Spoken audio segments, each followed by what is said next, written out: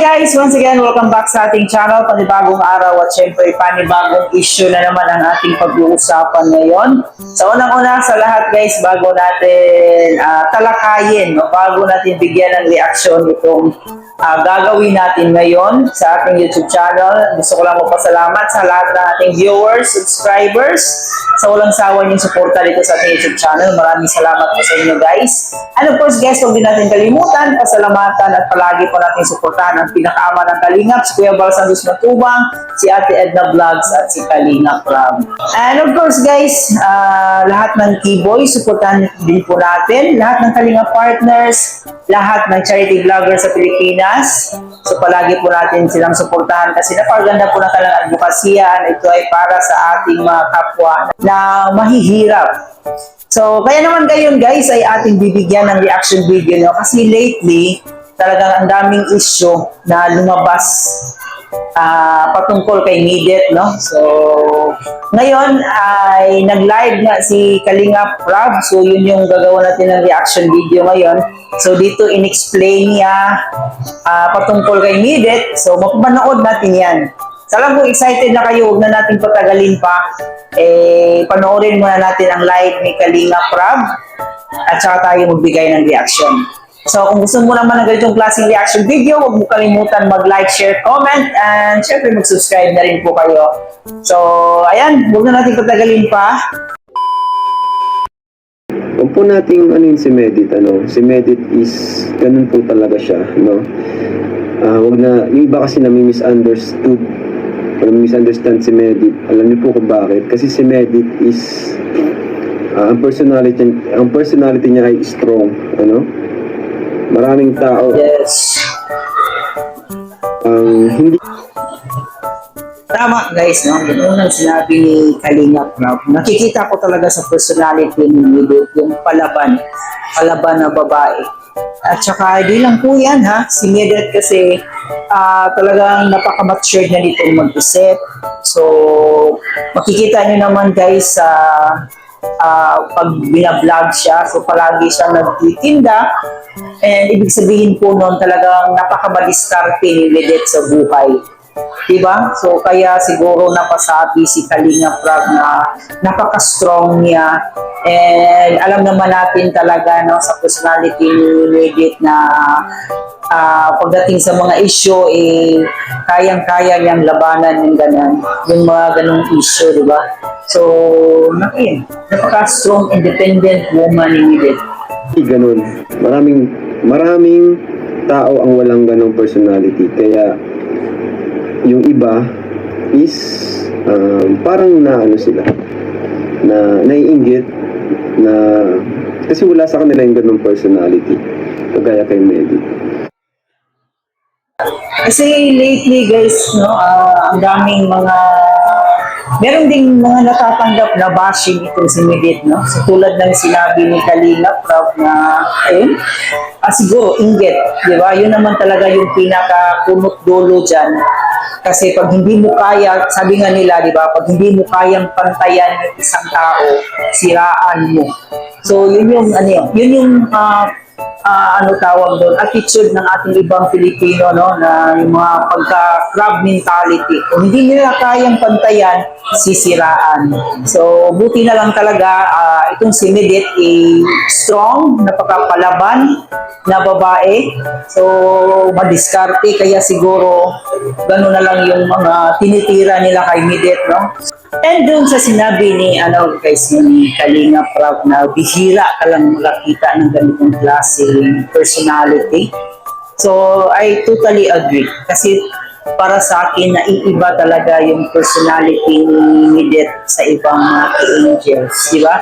Kahit siguro sabihin na natin na medyo matanda na siya sa ibang angels, pero may nakikita nga akong ibang mga mas matanda pa niya like 30s above or 30 na talagang parang teenager mag-isip. Pero itong si Midet guys, talagang masasabi ko na ayun, para sa akin parang pwede na siya magkapamilya kasi nga napaka-futuristic niya. Siya ay isang strong and independent. Kasi bihira yung ganun po na babae. Kaya yung iba na misunderstand si Medit na bakit siya ganun, pero ganun talaga po siya.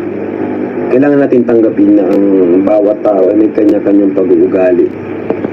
Tignan mo, dahil sa kanyang personality, si Medit ay naiahon niya ang kanyang magulang, no? Dahil sa kanyang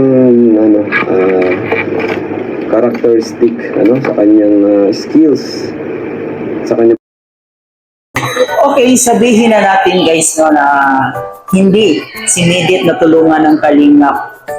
Talagang nakikita ko pa rin yung bright future niya, di ba? Yung kasi siya yung tipong babae na palaban pero naaayon sa kung ano yung pinaglalaban niya. And hindi rin natin masisisi kung ganun yung ugali ni Medit, di ba? So, para sa akin, nagpakatotoo lang si Medit. Pinapakita lang niya kung sino siya. So, ganun yung characteristic ni Medit. And hindi natin masisisi kung ganun siya, di ba?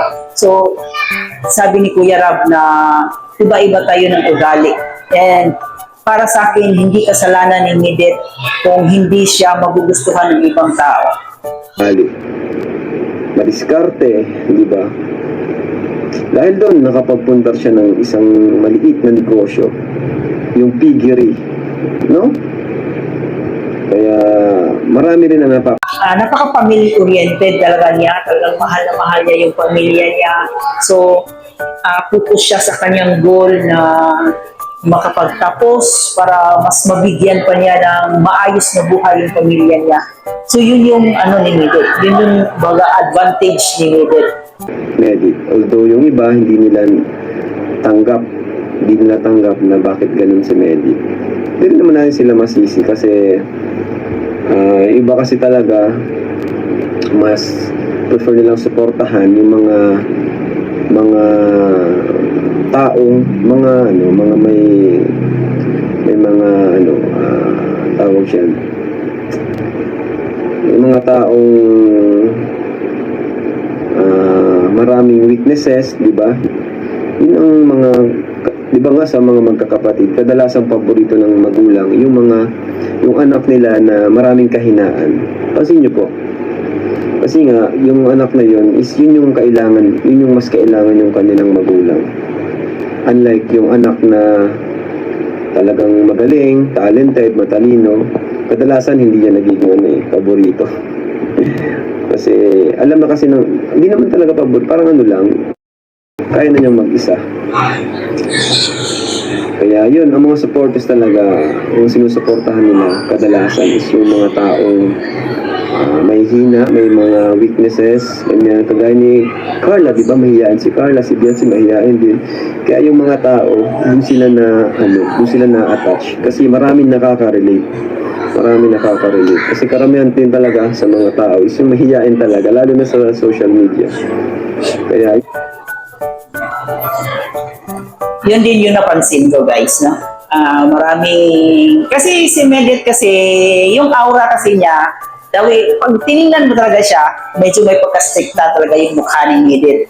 Kumpara kay Carla or kay Biancy. Kasi nga, di ba, yung iba kasi yung aura niya, tulad ng sinabi ko, may pagka-stricta siya. Pero yung pagka-stricta niya, nasa lugar. No? And di tulad kay Carla na maamo yung mukha ni Carla kasi nga mahiyain si Carla. Kay Medit, so, ganito kasi yan guys, yung mga tao kasi tayo na nakikita natin, first impression ko lang, ay, maldita itong tao na to. Kasi hindi natin kilala. Kaya dinadaw natin siya, uy, so maldita yan, di ba? Parang ganon. So, yun yung nangyari kay Medit ngayon. Na kumbaga, sa pa lang niya, sa aura pa lang niya, sa physical na appearance pa lang niya, nadja-judge natin agad si Medit, ay maldita si Medit, ay stricta si Medit. So yun yung impression ng mga tao. Kasi nga, di ba, nakikita lang natin siya sa vlog ni Kalingap Rab. So hindi talaga natin alam kung ano yung tunay o ano yung talagang karakteristik ni Medit. Kasi hindi na naman natin siya nakausap. Pero yung mga tao na nandyan, nakapaligid sa kanya, alam na alam nila kung ano talaga si Medit. So yun yung ano natin sa mga Pilipino natin na ginajudge natin agad yung isang tao na hindi pa naman natin alam kung ano yung tunay na ugali niya. Diba? So may mga Pilipino talaga na ganyan. And binabase lang talaga natin sa hitsura. Kaya dito ako kasi alam kong babae ito. Ay, huwag yan kasi parang stricta, maldita yan. So, yun yung kay Medit ngayon. Yun yung, kumbaga, yun yung tingin nila kay Medit. So, talagang, para sa akin, kawawa talaga si Medit no, na judge agad na hindi pa naman nila alam yung tunay na pagkatao ni Medit. Yun po yun. Yun lang po yung sa akin. Yun yung pagkaano ko doon. Pagka-analyze ko doon. Kaya po ba? Tama po ba yun? Agree po ba kayo doon? Yes naman, agree po tayo.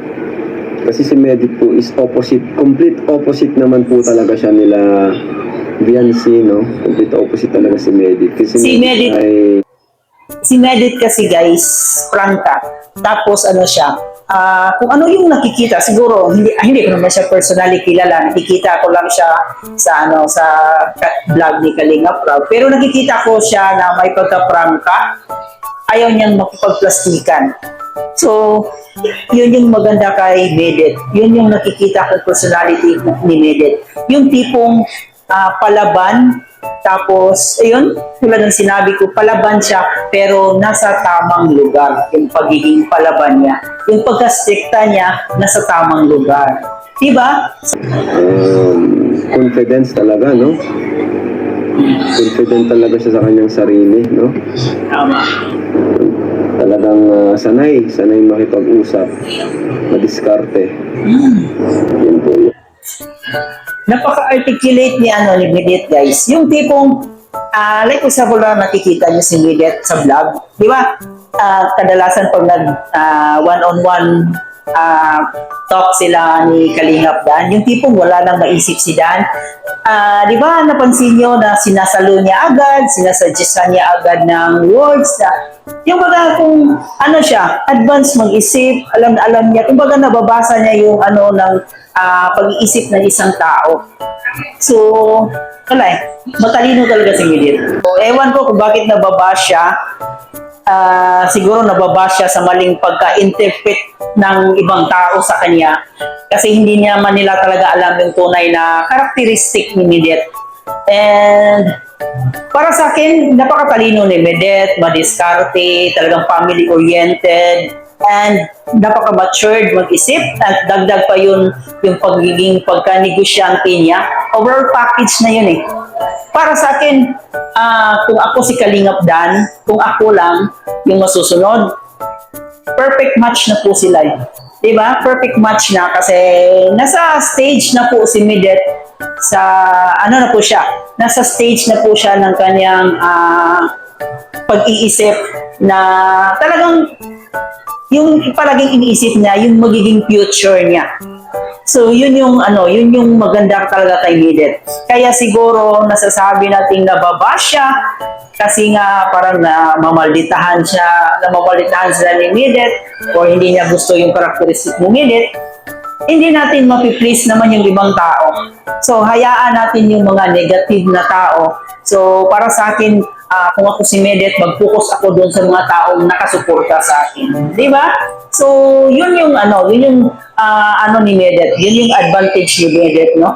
Kumpara sa ibang mga K-Angels. And para din sa akin, guys, no? Pag nabigyan lang ito ng maraming exposure, yung Dandet, so, talagang mamahalin din to ng madla. Susuportahan din ito ng marami. So, tulad ngayon, meron ng international na nagsuporta kay Medit, di ba? Sa Tambalang Dandet. So, talagang habang tumatagal, hindi naman ganun yan na pagsili, aanghang agad yan, di ba? Tulad ng sinabi ni Kalinga Prab, yung EDC dati. So, medyo malayo-layo talaga kumpara sa Jumcar. Pero, ngayon guys, di ba? Yung nabigyan sila palagi ng exposure, so marami talagang nagmamahal sa EDC. At ayun, malapit na nilang mapantayan yung Jomcar. So, parang yan din yung gagawin ni Kalinga Prab sa Dandet para naman at least ayun, maging mamahalin din sila ng mga tao. Mamahalin din sila katulad ng Juncal at Edsy. So yun lang po guys, yung ating reaction video ngayon. Sana nag-enjoy kayo. So sa mga team Dandit dyan guys, just keep support lang po tayo sa ating idolo. And ayun, thank you for watching. Sana nag-enjoy kayo. Maraming salamat.